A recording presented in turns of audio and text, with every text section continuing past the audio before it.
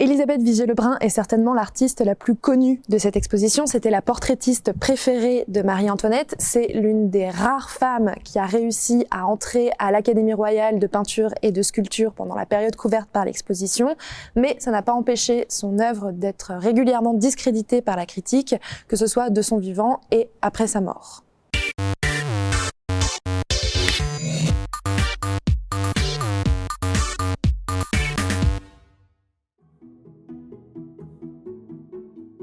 Élisabeth Vigée-Lebrun, c'est elle. On commence cette vidéo devant un autoportrait. On voit en fait dans cette série de vidéos à quel point c'est un genre qui est prisé par les artistes femmes, un genre qui leur permet de revendiquer leur statut d'artiste. Elles se représentent extrêmement souvent en train de travailler. Ça leur permet de revendiquer leur statut, ça leur permet aussi de revendiquer la maternité de leur œuvre qui leur est parfois contestée. Mais cette profusion d'autoportraits, elle va être assez critiquée, notamment au XXe siècle où elle ne sera pas très bien comprise. Simone de Beauvoir, par exemple, a reproché aux artistes femmes leur dilettantisme, mais aussi le fait qu'elles étaient totalement autocentrées, qu'elles se représentaient autant. Elle a d'ailleurs été particulièrement cruelle avec Vigée-Lebrun, à qui elle a reproché de ne s'occuper que d'elle, d'être incapable de se projeter dans d'autres sujets, et ce sont ces mots, d'étaler sa maternité souriante dans ses œuvres.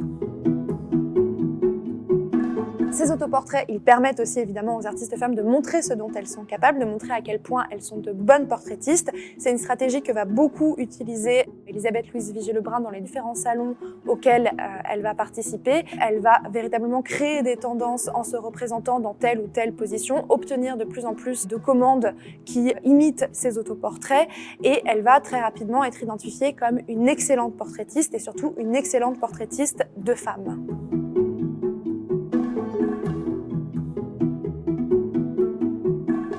Élisabeth Vigée-Lebrun n'a vraiment rien d'une dilettante. À 20 ans, en fait, elle est déjà passée dans plusieurs ateliers. Elle a déjà développé un style qui connaît beaucoup de succès auprès des commanditaires. Elle est déjà une portraitiste confirmée. Élisabeth Vigée-Lebrun va véritablement développer un style qui correspond à tout ce qu'on attend d'une femme, à toutes les valeurs qu'on attribue à la féminité, donc la grâce, la sensibilité. Elle va peindre des portraits assez idéalisés de ces sujets. Les femmes ne sont pas toujours très reconnaissables. Ici, par exemple, il s'agit de Madame Élisabeth qui était la sœur de Louis XVI, et c'est vraiment un portrait très idéalisé où elle la représente selon tous les critères de beauté de l'époque. C'était par ailleurs une excellente peintre. On voit ses compétences pour rendre, pour jouer des peintures. Il y a notamment ce très beau ruban qui attire immédiatement notre regard et qui contraste avec les couleurs et les textures tout autour, les textures du tissu, mais aussi les textures de la peau, puisque Élisabeth Vigée-Lebrun n'avait pas son pareil pour rendre la douceur, la voluptuosité de la peau des femmes.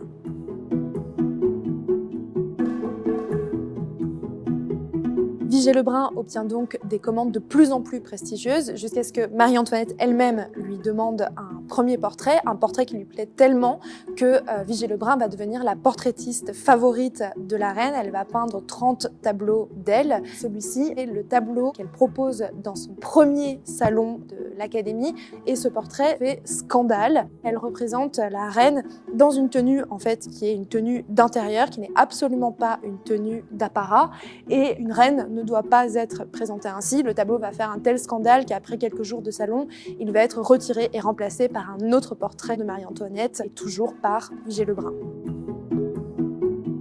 Cette fin de règne de Louis XVI et de Marie-Antoinette, elle va donc essayer de faire remonter désespérément sa cote de popularité en la représentant notamment dans un tableau où elle est entourée de ses enfants, où elle est représentée en bonne mère de famille. Rien n'y fera, la Révolution française advient.